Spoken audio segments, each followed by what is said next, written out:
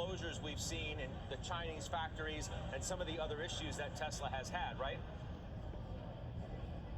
You're right, Scott. And when you look at the numbers, and here they are for the second quarter, it is a beat on the bottom line, but a miss in terms of revenue. The bottom line coming in with earnings of $2.27 a share. The street was expecting earnings of $1.81 a share. Revenue coming in just shy of expectations at $16.93 billion. The street expecting a little over $17 billion. Operating cash flow of $621 million. And the Gigafactory in Berlin now at capacity, or at production, I should say, of 1,000 vehicles per week. But here's the metric that a lot of people are going to be focused on. The automotive gross margins coming in at 27.9%, just a smidge below analyst expectations of 28.2%. Scott, we talked earlier today about why this is so important. Last quarter, those automotive gross margins were 30% better than expected, and the company said, look, they're going to be compressed as you fire up production in Texas and in Germany, and that's what we're seeing here. The automotive gross margins coming in at 27.9%. We're going to dig back into the release, see if we have a little bit more for you in terms of guidance, and don't forget, obviously, the conference call coming up at 5:30. Scott, back to you. Yeah.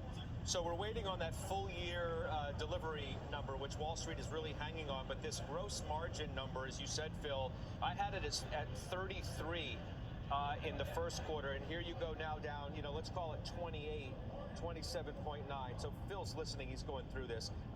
There is the obvious question of what ability Tesla has to raise prices in the current environment. You've been thinking, Adam Parker, a lot about where the consumer stands. Phil, I was mentioning to you 33% was the gross margin number last quarter, so let's call it 28 this time. Everything plays into Tesla's ability to raise prices in the current environment, where the economy stands, what their raw material costs are, et cetera, et cetera.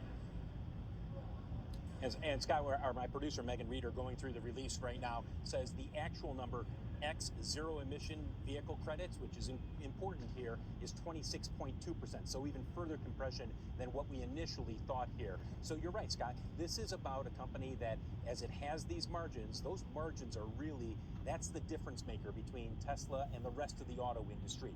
And when they were 30 or 31%, that's what a lot of people, especially the bulls, were hanging their hat on. They were saying, look, you're never going to see margins like this out of GM and Ford or Volkswagen. They're down closer to 12 to 15%. But now they have been compressed. They're coming in at 26.2% for the second quarter. And again, we knew they would be compressed, and that's where they're at. Scott? Phil, it's interesting. I mean, it's sort of the conundrum that, if you will, if you want to use that word, that Musk puts you in sometimes as an investor. You want to be... And also, so let's take a look at this here. It looks like Tesla sold $936 million worth of Bitcoin in the second quarter. And because of it, the price of Bitcoin has dropped, to be honest with you.